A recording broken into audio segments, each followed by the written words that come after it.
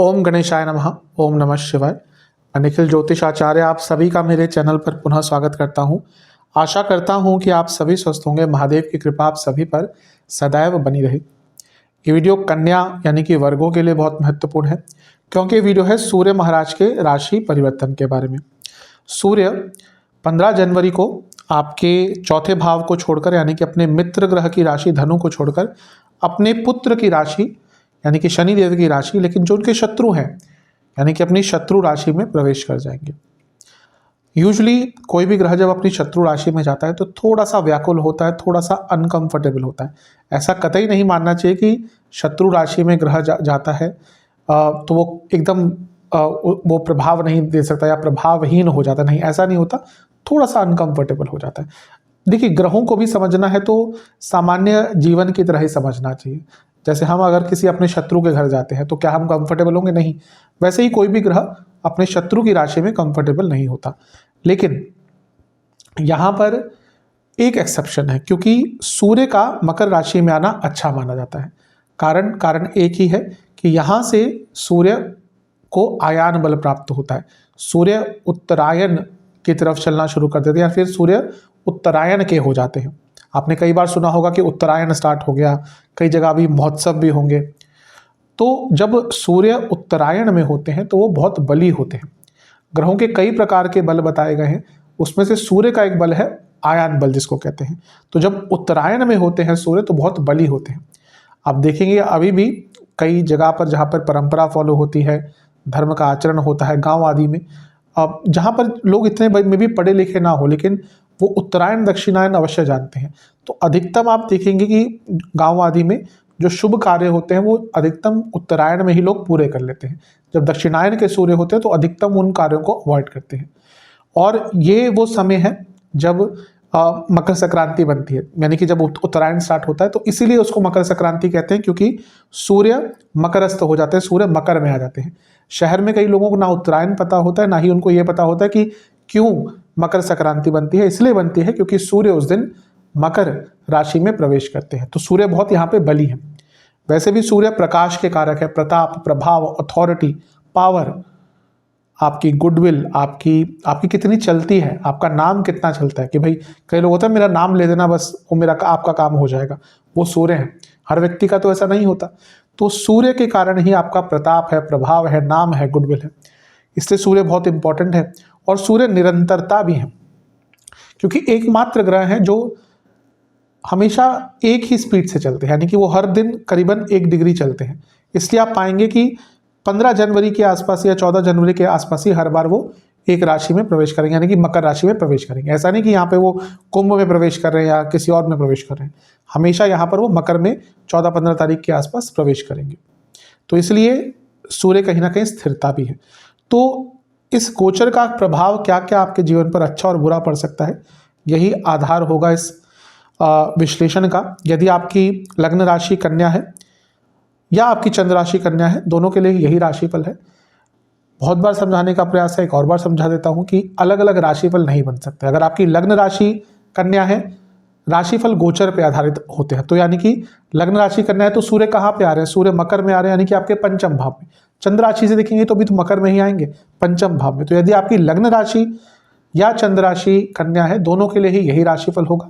मेरा लेकिन हमेशा यही मानना है कि यदि आप अपनी लग्न राशि से देखते हैं तो आपको सटीकता ज़्यादा प्राप्त होगी। कुछ उपाय भी अवश्य बताऊंगा वीडियो के अंत में। शुरुआत करते हैं इस विश्लेषण का। सबसे पहले पंचमस्थ सूर्य की बात करते हैं। पंचम में सूर्य का आना कहीं ना कहीं मिला जुला सा प्रभाव देता है। अच्छी चीज़ क्या होती है कि यहाँ पे जब व्यक्ति के लिए सूर्य आते हैं तो व्यक्ति की बुद्धिमत्ता बहुत उच्च स्तर पे हो चली जाती है। हम गायत्री मंत्र करते हैं किसके लिए? सूर्य की उपासना के लिए करते हैं, धीमहि हमें बुद्धि प्रदान कीजिए। तो कहीं ना कहीं सूर्य क्योंकि प्रकाश है, पंचम भाव में है, यानी कि आपके लिए आपके थॉट प्रोसेस के स्थान पे, आपके क्रिएटिविटी के स्थान पर, आप किस तरह से चीज़ों को समझते हैं और इम्प्लीमेंट करते हैं, एनालाइज करते हैं, उस स्थान पर है। तो सूर्य का प्रकाश आपको प्राप्त हो रहा है। सूर्य जो अब आयान बली हो चुके हैं, उत्तरायण के हो चुके हैं। सबसे अच्छी चीज़ आपके माइंड में एक क्लैरिटी आएगी, बहुत प्रैक्टिकलिटी के साथ आप चीज़ों को विचार करेंगे, आइडियाज़ आएंगे, बहुत सारे आइडियाज़ आएंगे। सूक्ष्म चीजों को भी व्यक्ति समझता है, शास्त्र सीधा कहते हैं जिसके सूर्य पंचम में है व्यक्ति, वो व्यक्ति सूक्ष्म चीजों को भी समझ जाता है बहुत आराम से, यानी कि बुद्धिमत्ता आपकी उच्च स्तर पर होगी। तो कुछ बुद्धिमत्ता से संबंधित ही काम करते हैं, कुछ एनालिटिकल काम है आपका, रिसर्च बेस्ड काम है आपका, कोई बहुत ही टेक्निकल काम है आपका, तो या फिर कुछ सीखना है इन संबंध में, तो सबसे अच्छा प्रभाव सूर्य यहाँ पर आपको देंगे। दूसरा, यहाँ पर जब सूर्य आते हैं तो स्टूडेंट्स के लिए बहुत अच्छा करते हैं। क्यों? क्योंकि ये स्टूडेंट्स का भाव है, सूर्य प्रकाश है, तो जैसे ही स्टूडेंट्स के भाव में आएंगे तो सबसे अच्छा प्रभाव देंगे, तो स्टूडेंट्स के लिए अच्छा होता है। एक थोड़ा सा नेगेटिव एस्पेक्ट ये होता है कि सूर्य का पंचम में आना व्यक्ति की बुद्धि बहुत चंचल भी हो जाती है, यानी कि आप बहुत ज़्यादा सोचना शुरू कर देते हैं। तो विराम अगर लगा लेंगे तो अच्छा है, लेकिन प्रॉब्लम थोड़ी कन्या की यही होती है कि वैसे भी ओवर थिंकर्स होते हैं, द्विस्वभाव है कन्या का, इतना एनालाइज करते हैं चीज़ों को। वैसे भी अब सूर्य का प्रभाव है तो वो चंचलता की तरफ भी आपकी बुद्धिमत्ता जा सकती है, तो उस पर सबसे ज़्यादा कंट्रोल करना है कि अपने मन पर, अपने सोचने के तरीके पर एक विराम भी लगाना है। ओवर थिंकिंग आपने शुरू करी तो चीज़ एकदम आपके विरुद्ध भी जा सकती है। यहाँ पर जब सूर्य आते हैं तो लक्ष्मी प्राप्ति के साधन खोल देते हैं, सीधा नहीं धन प्राप्त करवाएंगे, लेकिन लक्ष्मी प्राप्ति के साधन आपके लिए खोल सकते हैं, ये भी एक आपके लिए बहुत अच्छी चीज़ है। तो सूर्य का पंचम में आना कहीं ना कहीं बहुत चीज़ों पर अच्छा प्रभाव देता है। हर शास्त्र कहता है सूर्य का पंचम में आना व्यक्ति के लिए मंत्र साधना के लिए एक अच्छा मौका होता है। अब इसके कई प्रकार, कई रूप हम देख सकते हैं। हाँ, लिटरल सेंस भी मान सकते हैं कि हाँ, अगर आप मंत्र साधना करना चाहते हैं बहुत अच्छा है। आप कुछ संकल्प लेना चाहते हैं कि हाँ मैं चाहता हूँ, क्या चाहती हूँ ये करूँ, सबसे अच्छा समय है, क्योंकि यहाँ पे लिया गया संकल्प आप पूर्ण कर सकते हैं। तप का समय होता है, यानी कि कुछ चेंज लाने का, कुछ हार्ड चैलेंज, कोई स्ट्रिक्ट चैलेंज, कोई ऐसी चीज़ जो चैलेंजिंग हो आपके जीवन में, उसको स्टार्ट करने का समय होता है जब सूर्य पंचम में आते हैं। तो एक बहुत अच्छी चीज़ है, और मंत्र साधना के लिए भी अच्छी ही चीज़ होती है, रिसर्च के लिए अच्छी ही चीज़ होती है। आप देखिए, मंत्र साधना बहुत सरल चीज़ नहीं है। अधिकतम लोग बोलते हैं कि हम मंत्र साधना करते हैं, मंत्र जपते, कुछ रिजल्ट नहीं आता, क्योंकि एक प्रोसीजर होता है। अधिकतम मंत्र आज के समय में कीलित है, प्रोसीजर होते हैं मंत्र को, वो एक गुरु के मुख द्वारा ही या गुरु के द्वारा ही प्रोसीजर्स को फॉलो करके ही मंत्रों से थोड़ा सा लाभ उठाया जाता है। लेकिन कोई भी सरल मंत्र की साधना करना चाहता, कई सिद्ध मंत्र हैं, महामृत्युंजय मंत्र हो गए, गायत्री मंत्र हो गए, कई प्रकार के गायत्री मंत्र हैं, उनको उनका जाप करने के लिए, मंत्रों के बारे में सीखने के लिए, धार्मिक चेतना जगाने के लिए समय आपका अच्छा रहेगा। स्टूडेंट्स के लिए बहुत अच्छा रहेगा। कहीं ना कहीं सूर्य प्रकाश है और सप्तम से 11वें में आ रहे हैं, तो आपके पति या पत्नी की इनकम भी यहाँ पर बढ़ सकती है। जो लोग बिजनेस करते हैं उनके लिए भी यहाँ पर बहुत अच्छा रहेगा। तो मस्तिष्क के कारण, अपने क्रिएटिविटी के कारण, अपने थॉट प्रोसेस के कारण अपने जीवन को आगे बढ़ाने की क्षमता मिलेगी। स्टूडेंट्स के लिए तो कहीं ना कहीं बहुत शुभ है। नेगेटिव क्या हो सकता है? सबसे पहला, जो लोग रिलेशनशिप में हैं, समय अच्छा नहीं जाएगा। कहीं ना कहीं अचानक से आप देखेंगे कि ब्रेकअप तक भी बात यहाँ पर पहुँच सकती है। दूसरा, जो महिलाएं गर्भवती हैं उनके लिए 1 महीना अच्छा नहीं जाएगा। बहुत प्रिकॉशंस लेने हैं, जितने प्रिकॉशंस डॉक्टर्स ने बोले हैं उससे भी ज़्यादा आपको ध्यान देना है। बहुत ध्यान दीजिएगा। मैंने केतु को यहाँ पर इसलिए दर्शाया है क्योंकि केतु का प्रभाव भी पंचम पर है और वो अच्छा नहीं दर्शाते संतान, अगर जो ऑलरेडी कंसीव कर चुकी हैं लेडीज़ उनके लिए। दूसरा, सूर्य का गोचर भी यहाँ पर हो गया, तो जो गर्भवती महिलाएं हैं उनको यहाँ पर सबसे ज़्यादा ध्यान देना पड़ेगा। यहाँ पर एक नेगेटिविटी है। दूसरा, अगर आप ऑलरेडी माँ बाप हैं तो आपके अपने बच्चों से संबंध बिगड़ सकते हैं और बच्चों को चोट आदि लग सकती है या बच्चों की सेहत थोड़ी खराब हो सकती है। तो ये एक नेगेटिव चीज़ है जो आपको थोड़ा सा प्रभाव एक नकारात्मक रूप से कर सकती है आपके जीवन में। तो इस चीज़ पर आपको बहुत ध्यान देना है। अदरवाइज लक्ष्मी प्राप्ति के भी योग बन रहे हैं, आइडियाज़ बहुत अच्छे हैं, ज्ञानवर्धन के लिए बहुत अच्छा समय है। ये वो समय है जब व्यक्ति थोड़ा सा फिलोसोफर भी हो जाता है।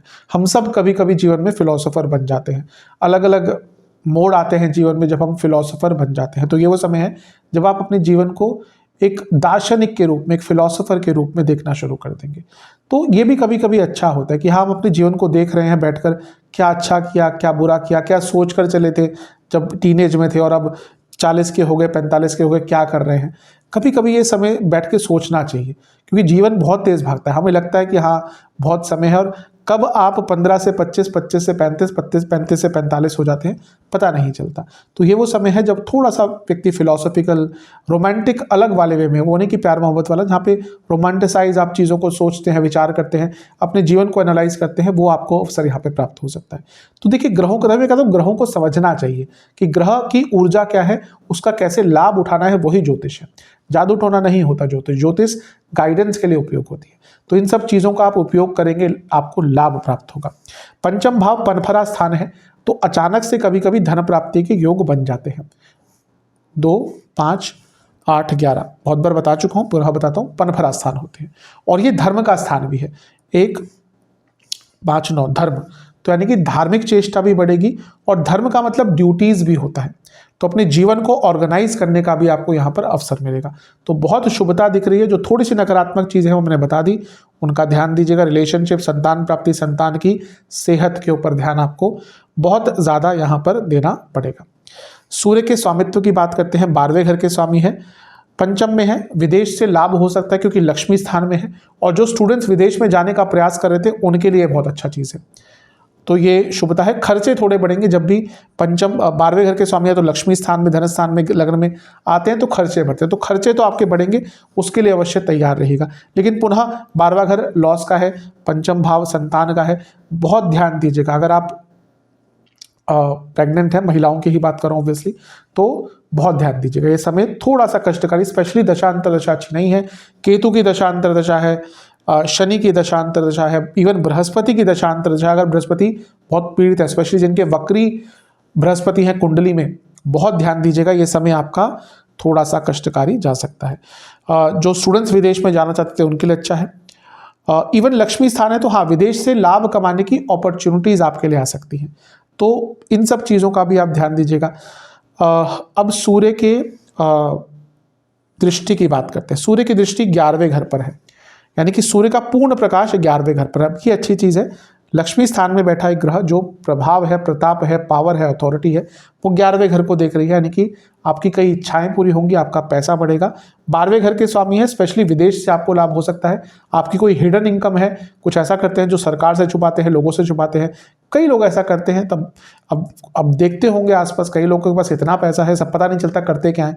तो कई प्रकार के ऐसे लोग हैं, तो उनकी इनकम यहाँ पर और बढ़ सकती है।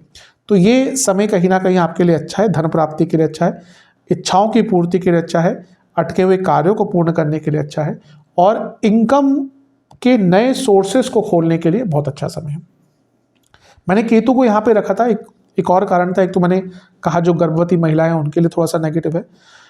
इसके साथ ही क्योंकि सूर्य पंचम भाव में है जो 10वें से अष्टम है, अगर आप अपने कार्य क्षेत्र में कुछ बहुत बड़ा चेंज लाना चाहते थे, यानी कि आप प्रोफाइल ही बदलना चाहते थे, आप स्ट्रीम बदलना चाहते थे, तो उसके लिए केतु आपको अच्छा प्रभाव देंगे। और केतु कहीं ना कहीं रिसर्च के कारक है, और पंचम में भी सूर्य आए हैं, तो आपको कुछ नया रिसर्च करने का अवसर भी अपने स्टडी लाइफ में, नॉर्मल लाइफ में या प्रोफेशनल लाइफ में प्राप्त हो सकता है। एक थोड़ा सा नेगेटिव एंगल है कि 10वें भाव से अष्टम में सूर्य आ गए, यानी कि इस महीने में, और केतु का प्रभाव भी है, अचानक से कुछ ऐसे सर्कमस्टांसेस कार्य क्षेत्र में उत्पन्न होंगे जहां पर आपका मन करेगा मैं जॉब छोड़कर भाग जाऊं। बिल्कुल मत कीजिएगा, टेम्पररी फेज है, बिल्कुल नहीं करना। दूसरा, यहाँ पर बॉसेस के कारण और मैनेजमेंट के कारण थोड़ी प्रॉब्लम भी हो सकती है, क्योंकि सूर्य 10वें से अष्टम है। जानबूझकर आपको ऐसे काम दिए जाएंगे कि आपको नीचा दिखाया जाए, आपको तंग किया जाए, आप जानबूझकर ऐसे काम देंगे कि आपसे गलतियां हो। तो थोड़ा सा धैर्य आपको अपने कार्य क्षेत्र में यहाँ पर धरना है, ध्यान देना पड़ेगा। एक और बात बताऊंगा, देखिए यहाँ पर मैंने इतना सारा कुछ बना दिया है, इसको साफ कर देता हूँ। यहाँ पे देखिए पंचम भाव को देखिए, सूर्य का प्रभाव है, और पंचम भाव इस समय पाप कर्तरी में भी है, क्योंकि यहाँ पे मंगल है और यहाँ पर शनि है, यानी कि पंचम भाव पाप कर्तरी में ही है। तो जो गर्भवती महिलाएं हैं बहुत ध्यान दीजिएगा, और अपनी संतान की सेहत का भी बहुत ध्यान दीजिएगा। इन सब चीज़ों पर आपने काम कर लिया तो अधिकतम चीज़ें आपके लिए ठीक ही जाएंगी। सेहत की बात करें तो पेट की प्रॉब्लम, जिनको हार्ट रिलेटेड कोई भी इशू है, हृदय संबंधित बहुत प्रॉब्लम्स होती हैं, तो यहाँ पर बहुत ध्यान दीजिएगा। पेट की प्रॉब्लम बहुत तंग करेगी। अगर कई बार इंडाइजेशन भी लगता है या एसिडिटी लगती है, तो उसको भी, अगर ऑलरेडी आपको हार्ट का कोई प्रॉब्लम है, कई बार होता है कि हार्ट बर्न होता है या फिर जी मचलाता है, लगता है एसिडिटी हो रही है, और ऑलरेडी हार्ट की प्रॉब्लम है, तो व्यक्ति इग्नोर कर देता है। यहाँ पे वो इग्नोर नहीं करना, खाना लाइट खाइएगा, खाना ज़्यादा ऑयली, ज़्यादा स्पाइसी मत खाइएगा, क्योंकि यहाँ पे हार्ट की प्रॉब्लम, पेट की प्रॉब्लम, ये सब आपको ज़्यादा तंग करेगी और इसके कारण इसके साथ ही लोअर बॉडी में कोई इंजरी या इन्फेक्शन तंग कर सकता है। उपाय क्या करना है आपको महादेव को बेसन का कोई भी भोग लगा, बेसन की मिठाई का भोग लगाना है और खीर का भोग लगाना है। और ध्यान ये देना है कि आपको खीर में किशमिश अवश्य डालनी है और महादेव को आपको गुलाब के फूल अर्पण करने हैं।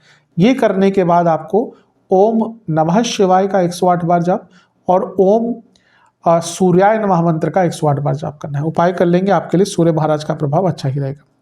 आशा करता हूँ कि वीडियो आपके काम आएगी। चैनल पे नए हैं सब्सक्राइब कर लीजिए, वीडियो को लाइक कर लीजिए। मिलता हूँ आप सभी से अगले वीडियो में, तब तक के लिए ओम नमः।